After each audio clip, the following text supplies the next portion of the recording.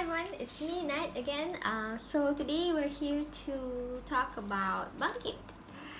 Okay, so this is by Appy Hapizan. This is his first book. So it's under Fiksi. He won the competition that Fiksi had for the Sarawakian books. So menang pertandingan novel Sarawak. Okay. So honestly, I bought this book for two reasons. One, because I know Appy. I know him from my writing circle. And also another reason is because it's about Sarawak. And I really like Sarawakian dialect. I like Sarawakian food. I like Sarawakian people. They're so pretty, So I wanted to buy this book so badly. But funnily, I didn't read it for the longest time because I lost my reading momentum at the point after buying this book. So I just stopped reading altogether, which is something that's really bad and something that no one should ever have to go through. But here we are. Okay, so I'm going to talk about a few points throughout this video, and I will try to keep it to 10 minutes maximum. Okay, so the first thing that I want to talk about is how this book starts with a good idea. It has a lot of potential. It's about this girl Fatiha who apparently is of Putri Santubong descent, and Putri Santubong is a legend in Sarawak, and this is something that is very important for us to know. However, throughout the book we realize that the writer is not really taking from the actual Putri Santubong, Putri Sejinjang line. It's like talking about something else, but it tries to relate it to the Sarawakian legends, like the special magic that comes with Putri Santubong and Putri Sejinjang.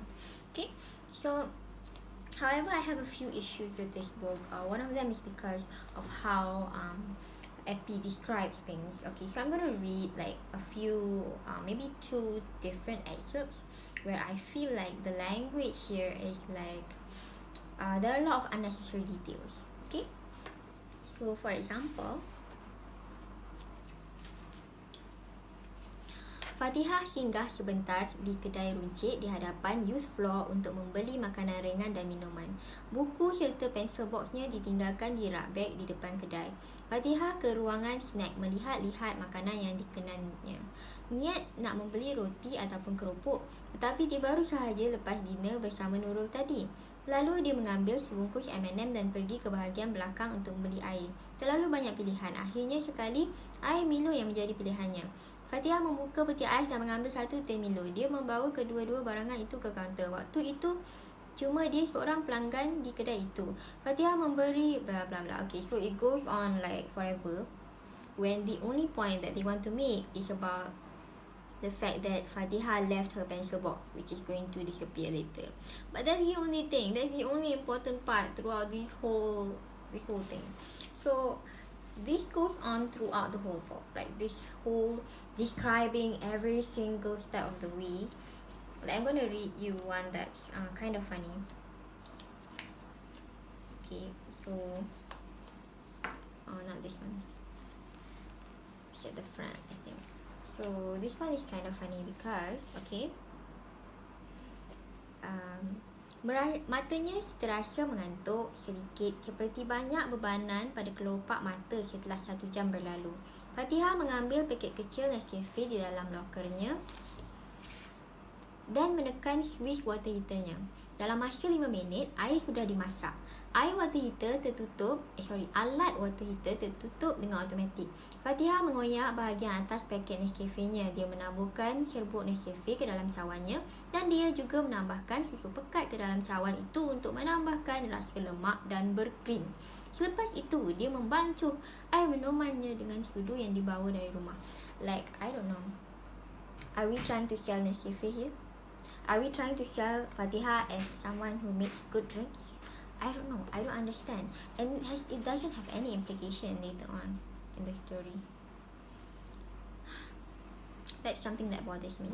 And in relation to this, what bothers me is the way that the person writes. The writer doesn't use language that is very suitable, because I know that this is a story that tries to combine two eras, which is like the modern era, the current, and also the era in which these legends existed. And the sad thing is that, like, for example, in the fight scenes or in the training scenes, he used the word uppercut, which is this, towards your, I know a bit, okay, but I feel like I wish that since we are channeling this whole feeling that she is from Putri Santubong descent and her guardian is someone who has wings, which is great. I was expecting something more of a classic martial arts kind of thing that uses more magic in a way, because we are using that legend for a reason. We are using that legend as our reference point for a reason. But if we're gonna fight like kickboxers, why bother, right? Why bother taking Putri Santubong? Or if they really want to do that, then the writer should have taken it all out and created a modern warrior out of Putri Santubong, and not have had like guardians or something like that. Mystical guardians, by the way, or mythical, I don't know. So there are a few other words that I don't like dengan penumbuknya yang dahsyat, like penumbuk yang dahsyat, why, how, where did they come from? Or dengan tendangan padu muka Marlisa Wangsari seakan penyek. Like, who uses those words when describing fight scenes, really? I don't know. I mean, this could be a comical thing. Is it? I don't feel like this book is meant to be that funny in that sense. Like, the action scenes are not meant to be funny. And I compare this to like The Favourite, where a lot of the changes are meant to be funny. Like when they use the fisheye lens to show people walking along the corridor, it's meant to be funny. Or when they have one of the ladies wear a denim dress, it's meant to be funny. These small details are meant to be funny. Okay, so another thing is that the description of characters, like, first I thought it was an issue with the fact that the writer is a guy and he's describing female characters, Fatiha and Nurul, because they were a bit off.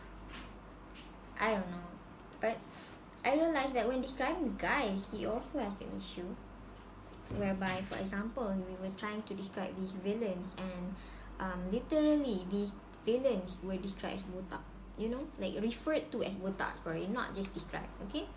Ketika itu dia tidak pasti adakah dua botak itu berusaha untuk mengaburi pandangan orang awam dari melihat mereka. What else? It's so funny because like these people are referred to as botak. Tidak licik, kosong seperti kepala mereka yang botak, berkilat tidak bercorak. And it's so sad, like why are you bullying these botak people? Dalam seimbas, bunyi tulang leher yang patah kedengaran sekali lagi, lalu si botak itu kembali menyeringai. Like, why can't these characters have deeper meaning than their botakness? It's like calling a female character girl, but without that symbolic meaning. Okay. So, and then I don't know, and I feel like he has an obsession with botak, because I'm going to describe these two suspicious characters, yeah. I'm not going to describe, I'm going to read the description. Okay. Tidak lama kemudian, dua lelaki berusia lingkungan 40-an masuk ke dalam perahu juga. Seorang bertopi kelabu berjaket usang warna kuning lusuh, manakala seorang lagi botak tengah. Like, you describe the other guy so much, what he's wearing, what colour, and the other guy is just is just botak tengah, like, why are you so horrible to bald people? What did they ever do to you, Appy? I don't know. So anyway, what would I rate this book? I would rate this book I would read this book a 2. But then that was when I was at chapter 14.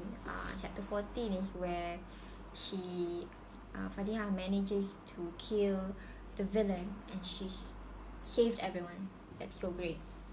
And then after that, we realized that one of the nemesis who died earlier was reborn in a way and came back, and they defeated her very easily, which is annoying. Like, why bother having her if you're gonna beat her that easily? And then after that, we think they're done. Suddenly another conflict arises where there's other bad people, which I know this was noted like earlier in the story, but I would prefer if this bad guy appearing would be like a cliffhanger thing where tada, a bad guy appears, right? But no, it was not tada, a bad guy appears. Spoiler alert. I've been spoiling a lot, but like spoiler alert, Fatiha dies, and that really annoys me. Okay, so I'm probably gonna give 1 or 1.5 to this story, because why didn't he stop at chapter 14, or at least after that old nemesis popped up? Okay, so that's it from me. I'll be leaving the link for the written review in the description box. Please do leave your comments if you have any thoughts. I know you might not agree with my review of Bangkit, and it's good if you don't agree, because then you would have your own opinion and you would be able to discuss it. But if you do agree with me and you do want to say something that you have in your chest that you wanted to say, but you didn't manage to prior to this video, please do leave a comment in the boxes below. Bye.